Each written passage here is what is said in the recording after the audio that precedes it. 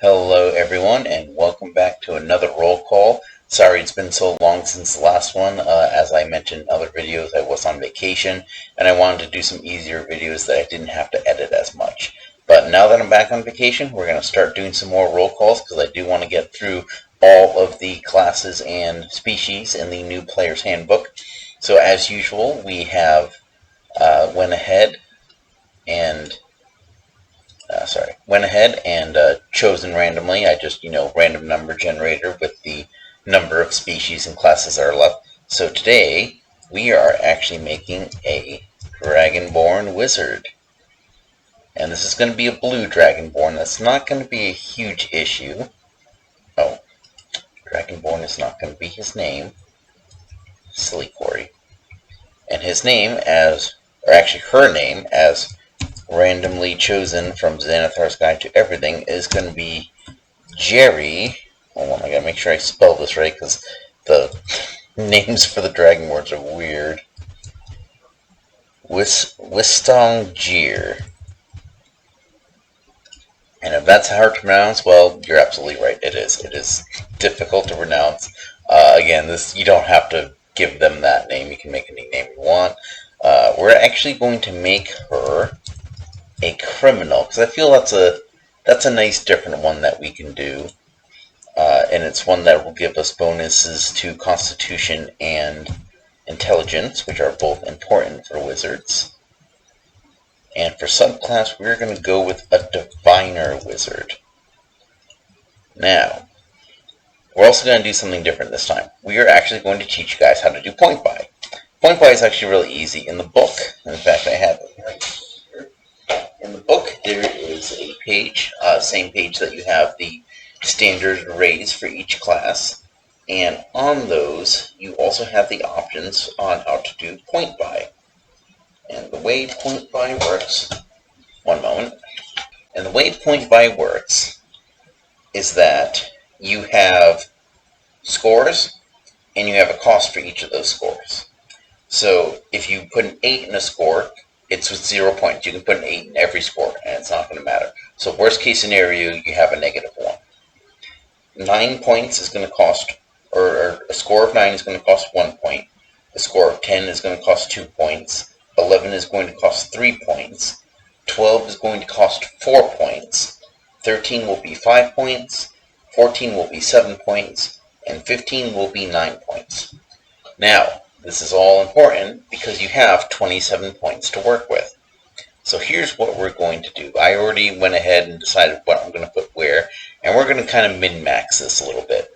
So our wisdom score, actually no, not our wisdom, our intelligence score.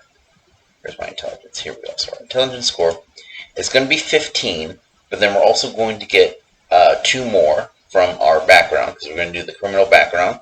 So we're going to go ahead and put 17 there altogether. And that 17 is going to be a +3 to the modifier. Next, we're going to do the same thing for wisdom.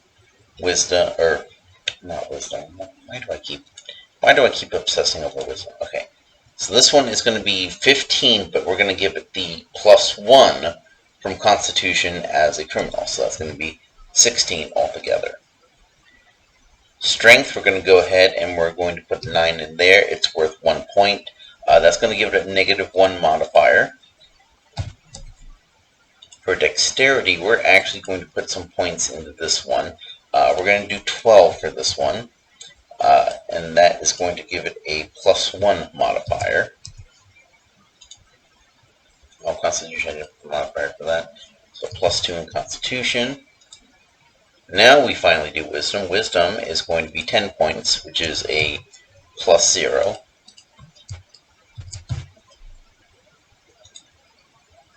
And then Charisma is also going to be 10 for a +0. So now if we reference our point sheet here, so those 15s that we put in Intelligence and Constitution are each going to be worth 9 points. You have 27 points to work with. Then we have the 9 in Strength. That's going to be 1 point. The Dexterity is 4 points for that 12. Wisdom and Charisma are both going to be 2 points each. So all those small ones together add to another 9. Add that with the other 2 9s, we've got 27. So those are going to be our stats. For the criminal background, we get proficiency in sleight of hand and stealth. So we're going to put those here. Sleight of hand and stealth. And then for our proficiencies from our class, we're going to choose Arcana and Investigation. Because I like the idea of, like, you know, this criminal wizard, but they're also kind of like a problem solver. So like they know the streets. They're more like an information broker type criminal. Then they also have proficiency in intelligence saving throws and wisdom saving throws. So we're going to mark those all. And then our background gives us proficiency in thieves' tools. Not typically seen in the Wizard's Wheelhouse, but, you know, sometimes it's fun to make non-standard characters. And then, of course, for weapons, we have simple weapons. And unfortunately, well, pretty standard though, wizards do not get any armor training. You are not proficient in any armor. This means that your AC is going to be 10 plus your dexterity, which means our AC is 11. Which actually isn't all that bad for a wizard. Like, you're a wizard. And you can find other ways to boost that up. Like, you have spells that you can use, like Mage Armor, to boost your AC. But, you know, that's up to you. If you want to stand back and let other people take the hits, you're more than welcome to. For HP, starting HP level 1 is 12 plus your con modifier, which is 14. And then you get an additional 4 plus your con modifier for each level after that. So the total HP for this character is actually going to be a nice, beefy 26. And that is actually a really good amount of health for a level 3 character, especially a wizard. And that's all because we min-max that intelligence and that constitution. And that constitution is going to be very important when we have to make those constitution saving throws to maintain concentration on our spells. And then, of course, our hit die are 3d6. Okay, for the dragonborn species, we're humanoids, which is fine. That's nothing new for a lot of races. Their speed is 30 feet, pretty standard. It is a level 3 creature. Our size is going to be M for medium. Passive perception is going to be 10 plus our modifiers. We are not proficient in perception, so it's just going to be 10 plus our wisdom score, so it's just going to be 10. So we're a little bit of an absent-minded wizard, but you know what? Again, that's okay. This is what we have party members for. No one has to be perfect at everything. The other thing we get is our draconic ancestry. This gives us a number of different bonuses. For starters, you pick your ancestry, and it's basically just the colors of the dragons, whether it be metallic or chromatic. In this case, we're going to go with blue. And that's going to give us the lightning damage type. And what that means is when we use our breath weapon, it's going to do lightning damage because Dragonborn get a breath weapon. It gives us resistance to that damage type, so we're now resistant to lightning damage. We also get dark vision, which, you know, a lot of races have dark vision. It's nothing different. And then at level 5, we get draconic flight, which allows us to temporarily sprout wings and fly around, which, you know, is always fun. It's always fun to fly. So we're just going to go ahead and bundle that all, and we're just going to say draconic ancestry for the sake of simplicity here. You will obviously want to make it a little more specific on and of course I need to learn how to spell ancestry. There we go. So obviously if you're doing this on a sheet, you'll want to have kind of all those a little more specifically, just so that you can remember. I would even probably put dark vision as its own separate thing. But yeah, so in fact, you know, we're going to do that. We're going to do dark vision as its own separate thing. But draconic ancestry is kind of that catch-all, especially in terms of how it relates to the breath weapon and the damage resistance. Now, from our background, we get the alert feat. And what the alert feat does is we have a proficiency in initiative, which means that when we roll initiative, we get to add our proficiency bonus to it, which is good. That means we're going to be right up there on our proficiency, or at least more so than we normally be. Then we also have initiative swap, which is immediately after you roll initiative, you can swap your initiative with the initiative of one willing ally in the same combat. You can't make the swap if you or the ally has the incapacitated condition. And this is a nice one, because basically what you can do is, you can confer with your fellow players and be like, hey, I have an idea, but I need to go before this enemy. Can I swap with you? You swap with them, and then you can lay down a status condition, or buff enemies, or buff your allies, or debuff enemies. And in this way, when, say, the barbarian goes and starts swinging at something, he either has a bonus to his advantage on attack, bonus to damage, or maybe the enemy has a debuff to its AC or a debuff to its attack, so maybe he doesn't have to worry about opportunity attacks as much because they're doing that with a debuff to them. Down to our gold, we get 50 gold from our background, and since we always like to do the starting equipment as just straight up gold around here for the sake of simplicity, we also get 55 from the wizard, so we are at a nice solid 105 gold. Languages, we always get common and then one other, so we'll do common and draconic. Now obviously the big thing with wizards is that you get spells. It's pretty much like, if you ever have a wizard that doesn't have spells, like don't play that game. That's not fun. The way spells work in 2024 works a little bit different in older editions. In older editions, some classes could prepare any spell from their list that they had a spell slot for at the end of each long rest, and then that's what they would have. With others like wizards, they knew spells, and then they could prepare any number of those spells. And it kind of made it a little complicated, especially if you're learning for the first time.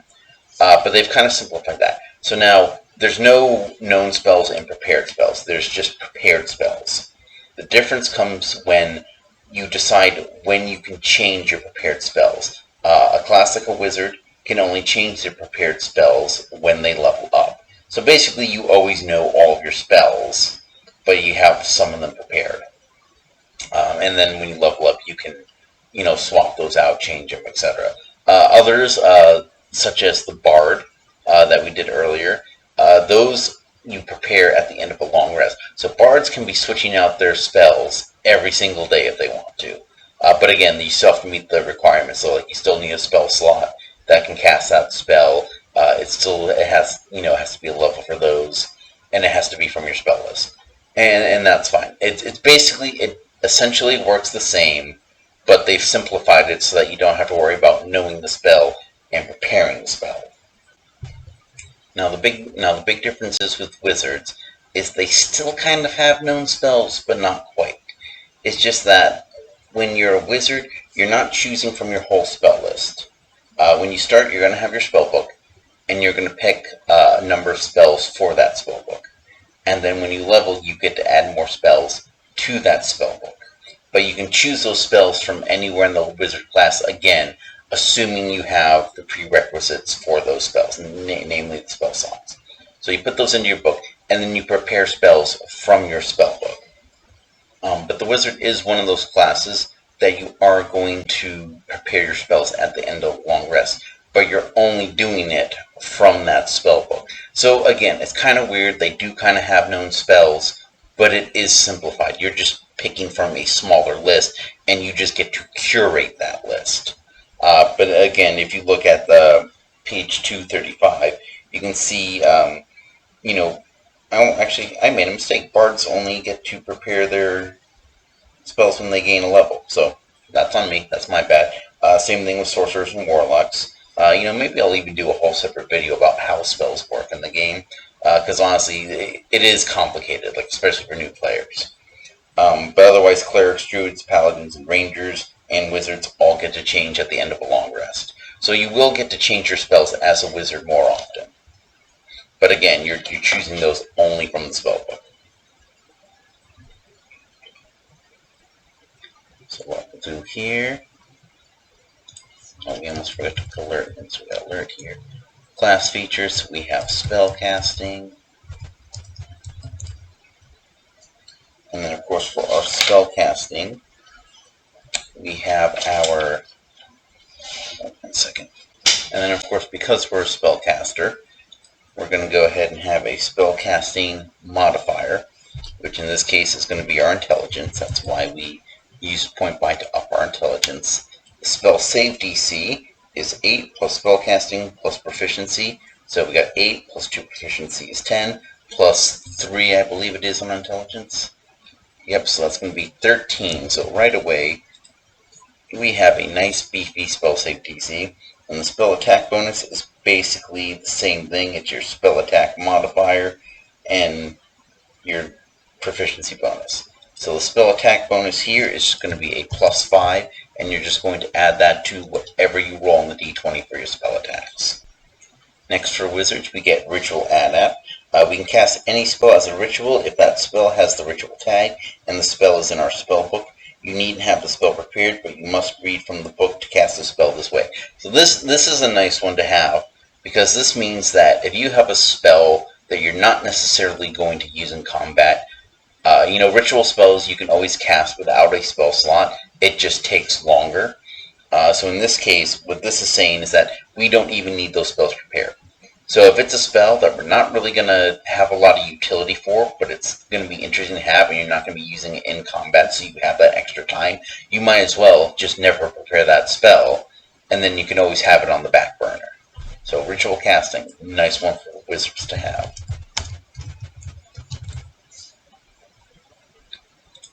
Next, we get Arcane Recovery. You regain some of your magical energy by studying your spellbook. When you finish a short rest, you can choose expended spell slots to recover. These slots have a combined level equal to no more than half your wizard level rounded up. So basically, at level 1, we're only going to have 1 spell slot. Since we're making a level 3 character, that means we can regain either 2 level 1 spell slots or 1 level 2 spell slot.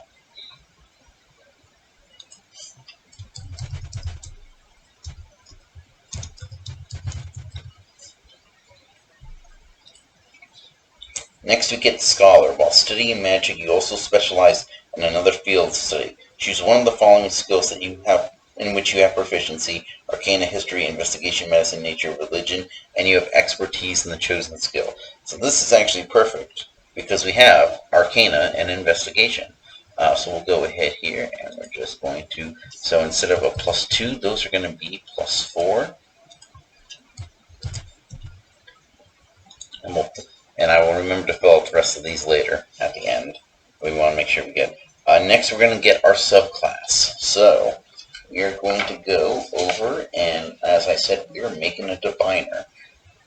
So to give you an idea of what the diviner does, the counsel of a diviner is sought by those who want a clear understanding of the past, present, and future. As a diviner, you strive to part the veils of space-time and consciousness. You work to master spells of discernment, remote viewing, and supernatural knowledge and foresight. At level 3, you get Divination Spell. Choose 2 wizard spells from the Divination School, each of which must be no higher than level 2. Add them to your spellbook for free. In addition, whenever you gain access to new level of spell slots in this class, you can add 1 wizard spell to the Divination School to your spellbook for free. The chosen spell must be a level where you have spell slots on. So already we're getting bonus spells. So right away at level 3, this means that we're getting 2 divination spells, in addition to the other spells that we get to add to our spell book for leveling up. And then it means that whenever we level up again, we get to add another spell in addition to the spells that we're getting from leveling up from being a wizard. So again, this is a good way to, basically you want those bonus spells to be your divination spells, but then you can still take Fireball, because Fireball's a classic. The next thing we're going to get at level 3 is Portent. Glimpses of the future begin to press on your awareness whenever you finish a long rest. Roll 2 d20s and record the numbers rolled. You can replace any d20 test made by you or a creature that you can see with one of these foretelling rolls. You must choose to do so before the roll, and you can replace a roll in this way only once per turn. Each foretelling roll can be used only once. When you finish a long rest, you lose any unused foretelling rolls. So essentially what this means is you get to roll d20s, after you sleep. And if they're low rolls, you're going to basically say, so, let's say an enemy's attacking you, and let's say you're maybe a little low on HP at the moment. You can say, no, I have a nat 1 that I rolled earlier today. That attack is going to be a nat 1. It's going to miss, or it's going to be a 3 or a 4 or something low. Something that is not is probably not going to hit you. Or if you get like a nat 20 or a 19 or an 18, and like your ally's about to attack, and you really want to make sure it connects. Or again, like any d20 test, so it could also be a skill check. Then you can say, no, you get to have this nice fun nat 20, and then it succeeds or fails appropriately. So again, and this is why divination wizards are so fun. Like honestly, I would say one thing you can do is, if you really want to annoy your DM, hold on, let me find out what background it is that gets the lucky feat, because it essentially works a little bit the same way as the lucky feat. It's a little different. It is a little different, but it's still the same thing of basically you get to re-roll things. Let's see, where it's skill drafter. Oh, where is it? Where is it?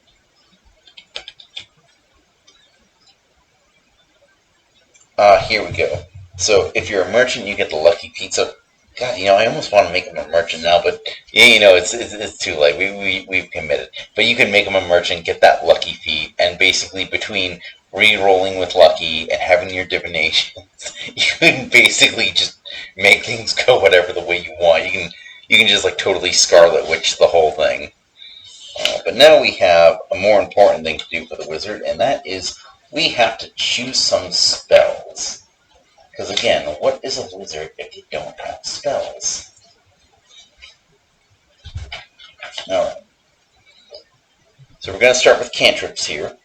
3 wizard cantrips of your choice. They recommend Light, Mage Hand, and Ray of Frost. There's something to be said about those. But let's change it up. First of all, I think we will do Mage Hand. Because especially if you're a criminal, that's going to be a nice one to have. Let's see here. What would be a good one? I think Shocking Grasp. Let's do Shocking Grasp, because I think one of the things is, with wizards, obviously they're very squishy. They don't do well against martials. And you don't want to be in a situation where, you have, let's say, your quarterstaff, which is a strength-based weapon. And as you recall, we dumped our strength. And a lot of wizards do dump strength because there is a lot of important dex saves, wisdom saves, charisma saves, and intelligence saves that you want to do. So generally, strength saves, you don't have as many. So it's one of those things where if something comes into your melee range, you don't want to be bonking them with a stick that you're going to get a -1 to attack for and a -1 to the damage, even if you do manage to hit. So Shocking Grasp is a good one, because it's a melee attack, so you just go, you grab them, bzzz, and they get shocked. And let's see, what else here? Oh, you know what?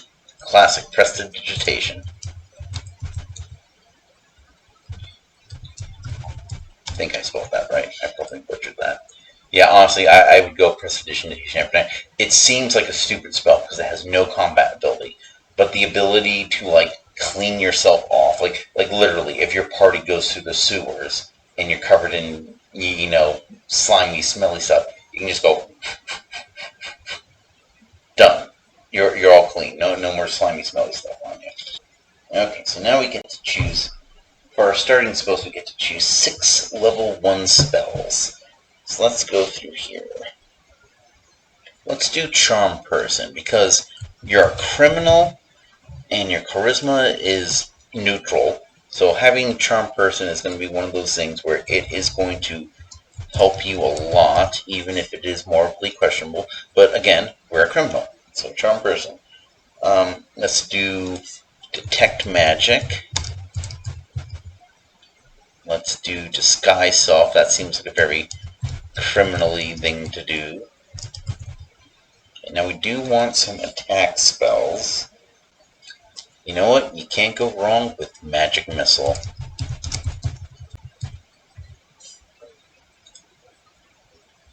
Two, three, four. Okay, let's do... Let's do one other attack spell, because we don't want to be a one-trick pony. Let's go ahead and do Ice Knife. I feel Ice Knife is a good one. So Ice Knife. And then let's do... Let's do Fog Cloud. Actually, wait. Yeah, fog cloud. I imagine if you're a criminal, you're going to want to get away really quickly. So now we're going to need 4 more spells. 2 that are level 1, and then at level 3 we can get 2 that are level 2, because that's when we get those level 2 spell slots. So let's go ahead and keep looking. Let's do Shield is a good one. Shield is a very good one to have. And then let's do Comprehend Languages. That is a...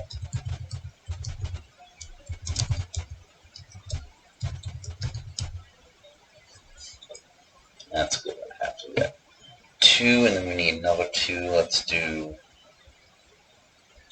Grease, because again, I feel like that's one where it's like, you're escaping, you lay Grease down, and then you keep running, and they all slip and fall.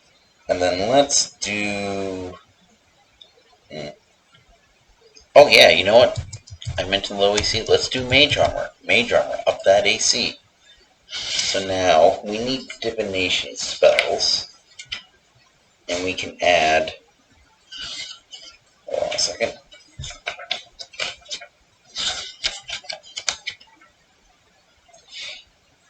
Okay, so now we can do divination spells. Let's see here. Okay, so we can add 3 spells. We get 2, because we level up, we pick Diviner, and then we get 2 spells right off the bat. And then because we get access to a new level of spell slot in this class, we can add another divination spell. So we need 3 divination spells. And wouldn't you know it, we have level 2 spell slots. So what divinations do we have? We have... Oh, you know what? Detect Thoughts. That you cannot go wrong with Detect Thoughts. I believe that can even be a ritual. Can it be a ritual? No, it can't be a ritual. That's disappointing, but what can you do? Let's see here.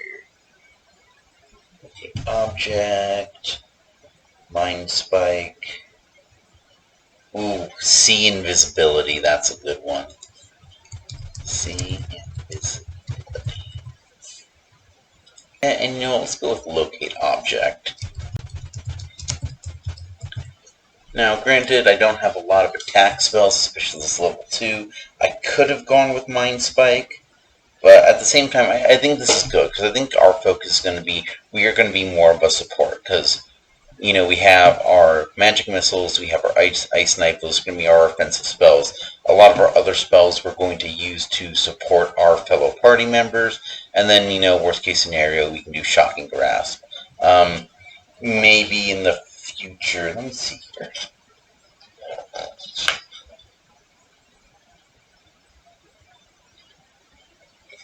Yeah, so I think we would stay as a support now, and then when we hit level 4, we would get another cantrip. So then we could do a ranged attack cantrip.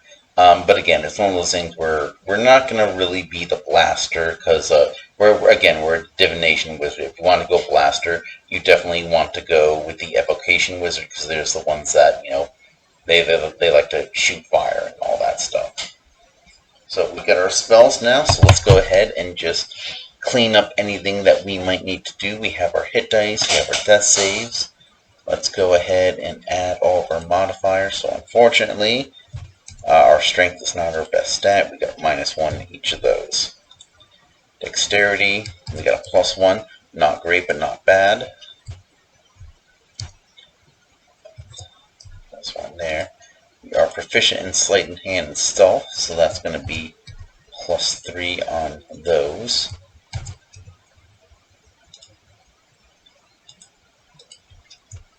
+2 for con saves. There is no such thing as a con skill, so we're not going to worry about it.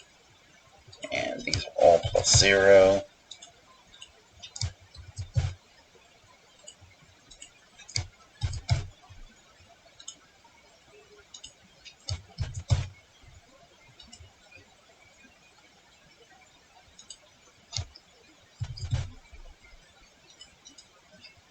Oh wait, no, that's not +0. Silly Corey, that's +3.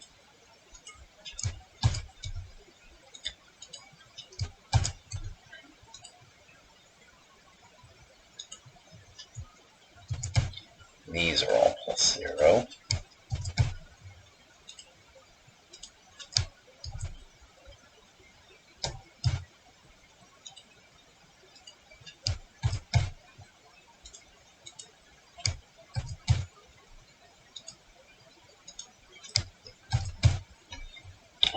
and there are all of our stats. We've got our feats, we've got our weapons. We're not going to worry about appearance. I know I've talked a little bit about alignment and other characters. I'm going to forgo it on this one because, again, you can make this any alignment you want. And, even with criminal, you can make him a good criminal, like, a Robin Hood type, where maybe he's stealing from the rich and giving to the poor. Or you can just make him an evil criminal who is greedy. It's up to you. Personality and backstory, again, that is all up to you. Again, there are those charts in the book where if you want to base it on your stats, you can choose, like, I have a low dexterity, so I want that to be a personality trait and roll for it. You could choose it based on your alignment. Again, it's all up to you. Equipment, again, we do the gold thing, but otherwise, if you were, doing the starting equipment properly, you would just put those all here. And then, again, we could, so let's say we're doing our shocking grasp here. It's a d20. The spell attack bonus, as we stated down here, is +5. So we're just going to do +5. And I don't know what the damage type is. Well, I know it's lightning damage, but I don't know what the damage dice size is. But you would just go to the spell and look that up. And that's the other important thing. And again, I think I just need to do a video that's all about spells. Is, again, the important thing is read your spells. Like I did in that one short. Read your 14 spells, because it is important to know their range, to know their components, to know if it requires concentration, to know its duration, to know its casting time. You've got to know these, especially if you're going to play wizard, because wizards get more spells than anyone else. Like they are the quintessential spellcasters. So yeah, so that is Jheri Wystongjiir. Yeah, I'm not even going to try and pronounce that name. Pronounce it however you want. It's Jerry Seinfeld. She's Jerry Seinfeld. Alright, so that's how you make a level 3 divination wizard in the new 2024 D&D rulebooks. Hope you guys like this character. I know you've liked the other ones in the past. I will keep doing these. And once I go through the 2024 handbook and handle those races, those classes, I do want to do more organic-minded ones, like just characters I've thought up with, or even species from other books. I definitely want to do an artificer at some point, because artificer is like the black sheep of the D&D class family. But yeah, so until then, this is Sakryo saying, keep doing what makes you awesome. Thank you very much, and goodbye.